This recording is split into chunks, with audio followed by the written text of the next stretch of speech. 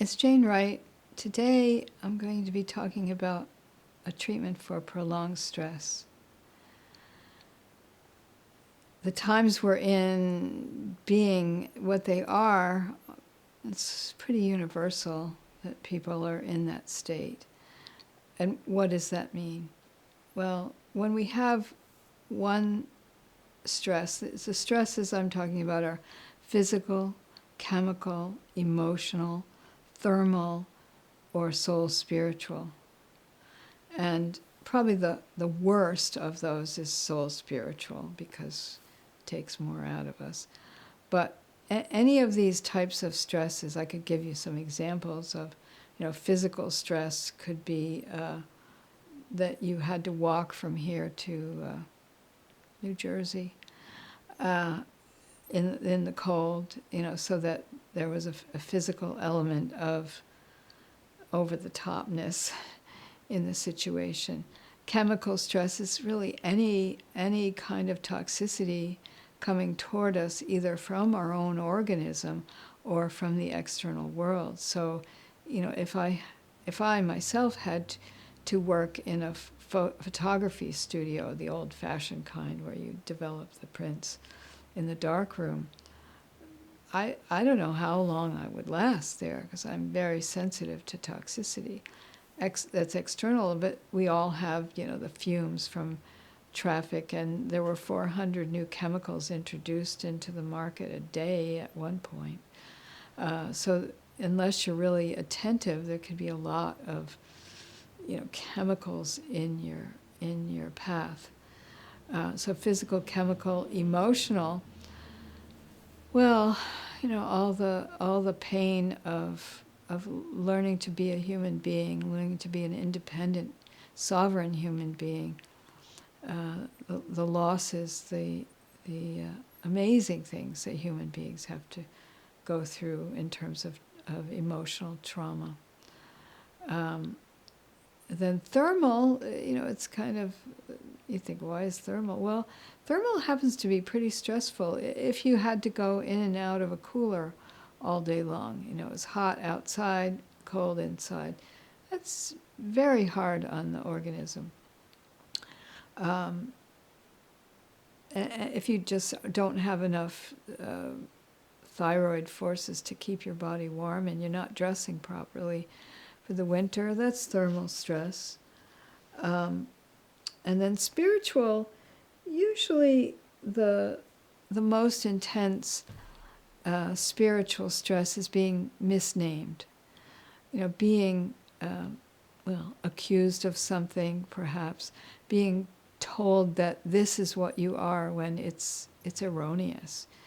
The amount of pain that comes with that is very akin to the amount of pain that comes with being adjacent to someone that you've walked through many lives with who doesn't know who you are and you don't know who they are.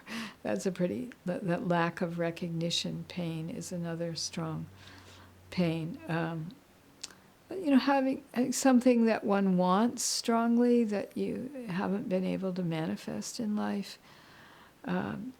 There's any number of things when people behave cruelly toward each other, without the recognition of the effect that it's going to have on them or the world.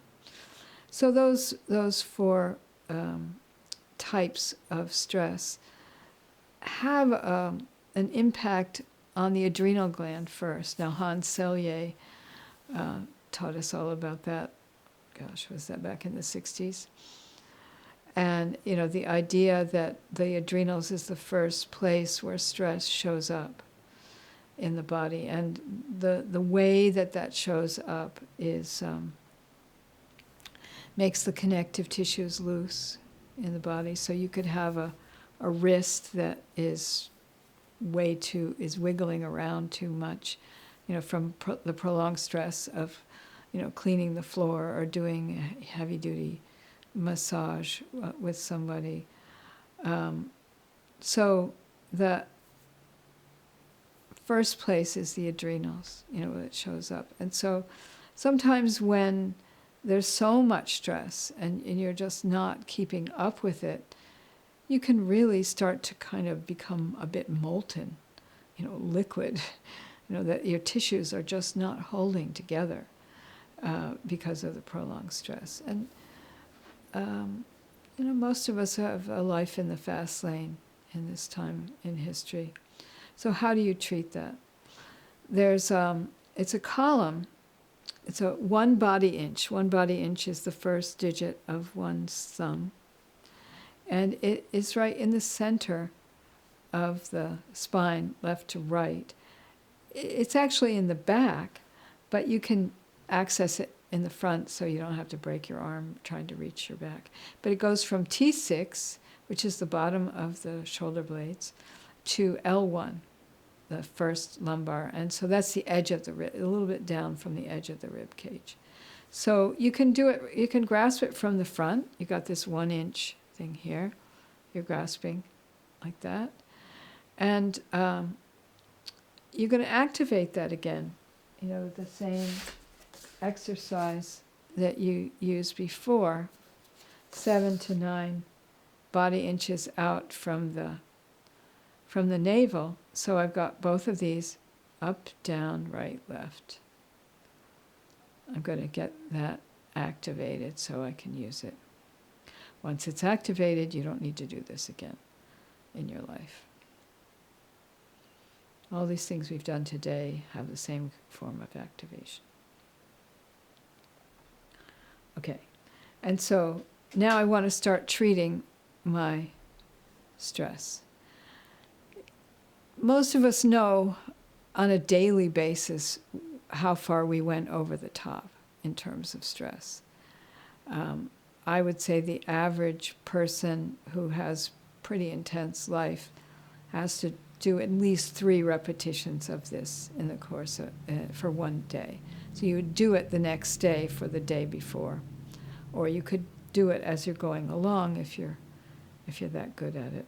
So you got this column, and you're going to be moving it side to side, just within the range that the skin moves, like all these autonomic dysfunctions. Your other hand is on the body. Imagine the whole body underneath it.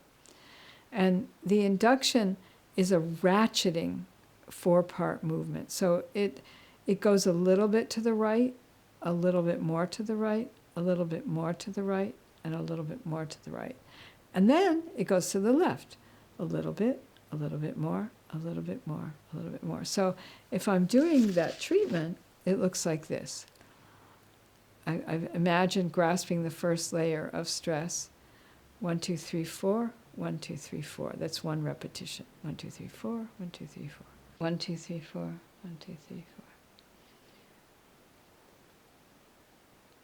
You're really just kind of leaning in that direction. I'm going to do this 15 times and hold for 45 seconds. Most people who get in the habit of doing this, when they don't do it, they feel like their kidneys are dropping through the floor relatively. When you have a lot of stress and you need to do this, you really feel that this is giving you something. It's one of those really unambiguous things. So, yeah, as I said, in the course of a day, if you had a really stressful day, I mean, you could do 15, 20, 30 repetitions of this.